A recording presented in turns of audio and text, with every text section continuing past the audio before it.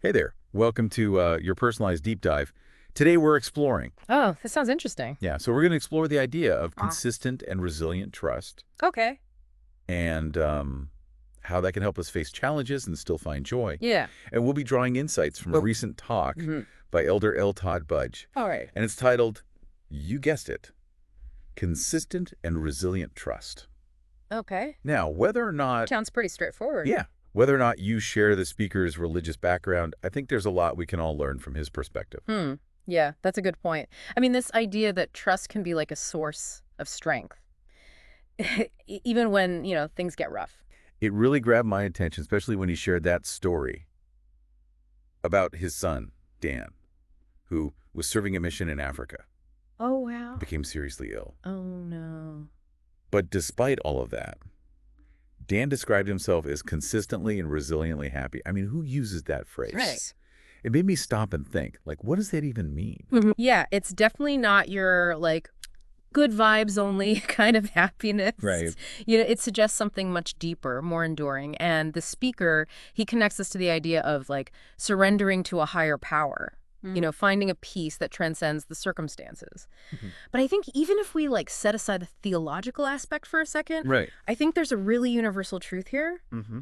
about, cultivating an inner strength that lets us weather life's storms. Absolutely. And there's this quote that the speaker brings up from like a 13th century poet Oh, wow. that says, sorrow prepares you for joy. It violently sweeps everything out of your house so that new joy can find space to enter. Whoa, that's powerful. Well, I know, right? Some pretty intense imagery there. Yeah, it's like saying that sometimes those difficult experiences, the things that sweep through and disrupt our lives, are actually clearing space for a deeper, more lasting kind of joy to come out. It's beautiful. It really is. It's like this paradox, right? That sorrow can be a catalyst for joy. It forces us to confront what's really important, to let go of the superficial. Mm-hmm. And ultimately, it makes room for something more meaningful to take root. That makes a lot of sense. Yeah. And then the speaker, he dives into this idea Mm. of afflictions and sorrow preparing us for joy, using the story of Adam and Eve from the book of Lehi. Now, I know we have listeners from all walks of life, so just to clarify, this story explores this idea that experiencing hardship can actually give us a greater capacity for joy than simply existing in a state of innocence. Exactly. It's not about seeking out suffering, obviously, but it's about recognizing that challenges, they're an inevitable part of being human. Right. And instead of fearing them or trying to avoid them, we can approach them as opportunities for growth, Yeah. for learning. Yeah. And the talk goes on to quote President Russell M. Nelson, who talks about joy being a constant, while our afflictions shall be but a small moment. So it's this idea that, Mm. if we give a broader perspective, those tough times, they feel really big in the moment, They're ultimately fleeting compared to the, grand scheme of things. Yeah, it's all about perspective, isn't it? When we get so caught up in the immediacy of a challenge, it can just feel all-consuming. Right. But if we can zoom out and see it as part of a larger journey, and it can lose some of its power over us. Totally. So how does all of this connect to the story of the Jaredites, which the speaker uses as this metaphor for our own journeys through life?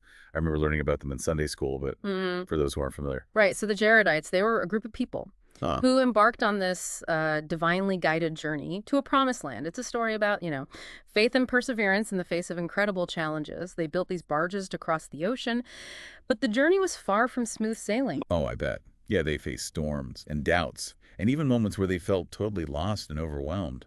Kind of like those monster waves the speaker talks about later. Yeah. It makes me wonder, what can we learn from their experience about cultivating consistent and resilient trust, even when things are rough? That's a great question. One thing that really stands out to me is the moment when the brother of Jared, he expresses his concerns about the barges, lacking light and air. He's basically freaking out, right? Yeah. And I think that really resonates with how we often feel when we're faced with uncertainty. Right. We feel lost, suffocated by our circumstances, unsure of how to move forward. It's that feeling of being in the dark, right? Not knowing which way to turn or even how to breathe. I've definitely been there. But what's interesting is how the brother of Jared's prayers evolve. He starts with this anxious questioning, but then eventually he shifts to expressions of faith and trust. Yeah, it's like he goes from, why is this happening to me? To, okay, I trust that there's a reason for this, even if I don't, like, totally understand it right now. It's about surrendering to something bigger than ourselves, even when we're scared or unsure. And the speaker uses this term, commending ourselves to a higher power. What do you think that looks like in like a practical, everyday sense?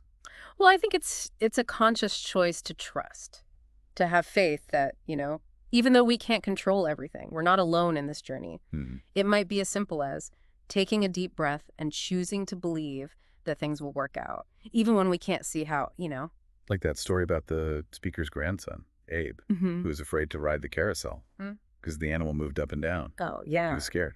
But his grandmother, she reassured him, and he chose to trust her, even though he was still a little nervous. Yeah. It's a perfect example of how trust doesn't always mean feeling completely comfortable or safe. Right. It's about having faith that we're being guided, that we're being supported, even when things feel uncertain. And that's exactly what the Jaredites did. They boarded those barges, not knowing exactly how everything would work out, but trusting that they were being led to a better place. Exactly. And their journey wasn't exactly like a walk in the park, right? And the speaker describes them being tossed by these waves and even like buried in the depths at times. Well, yeah. It sounds terrifying. It definitely wasn't a luxury cruise. But here's what I find so remarkable, even in those intense challenges, the speaker points out that they were always being blown towards the promised land. So there's this like underlying sense that despite the chaos and uncertainty, they were still being guided like towards their destination. That's a powerful image.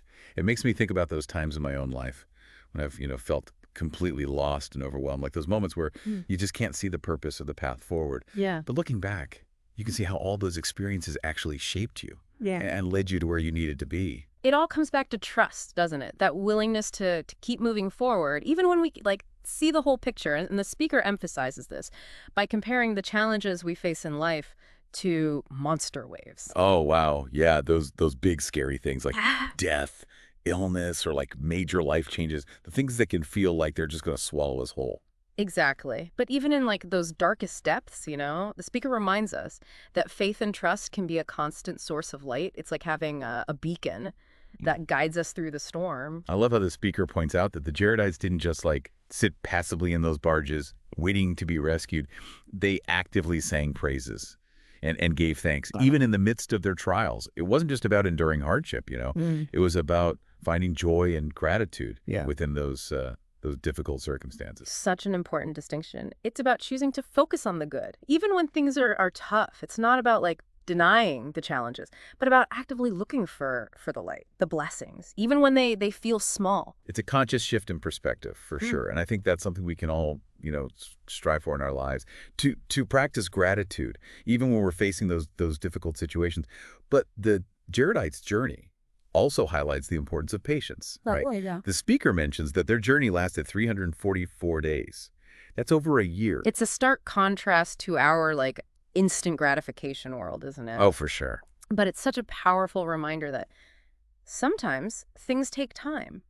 And trusting in the timing of things, understanding that the journey is just as important as the destination, that's crucial for cultivating consistent and resilient trust. And ultimately, their trust paid off.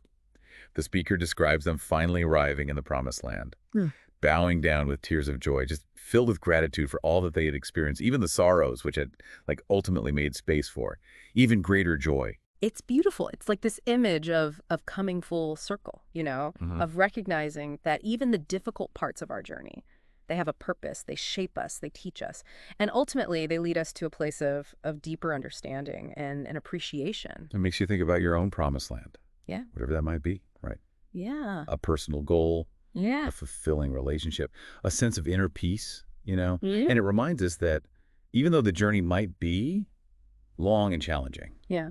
trusting in the process, trusting in something bigger than ourselves can help us navigate those monster waves and ultimately reach our destination. And maybe even more importantly, it can help us find joy and gratitude along the way. Yeah, it's like that old saying, the journey is the destination, right? Yeah. Maybe it's not just about reaching that promised land, but about who we become along the way. Exactly. And that brings us back to the heart of this whole deep dive, consistent and resilient trust. It's not just a passive belief, It's an active practice. It helps us, navigate all the ups and downs of life. Totally. So as we wrap up, I want to leave you, our listener, with this question. What are some of those monster waves you're facing right now? Yeah. And how can you apply this concept of consistent and resilient trust to navigate those challenges? Maybe there's a situation in your life that feels overwhelming right now, or a decision you're grappling with, or a fear that's holding you back. Whatever it is, we encourage you to reflect on how cultivating a deeper sense of trust, whether it's in yourself or a higher power, or just, the natural flow of life, might help you approach that challenge with more courage and resilience. It's been awesome exploring this concept with you, and I really hope that this deep dive has given you some valuable insights and maybe even a few aha moments to take with you. We always appreciate you joining us on this journey of discovery. Yes. Remember, even amidst the storms, there's always a light guiding us forward. Thanks for listening, and until next time, keep exploring, keep learning, and keep trusting.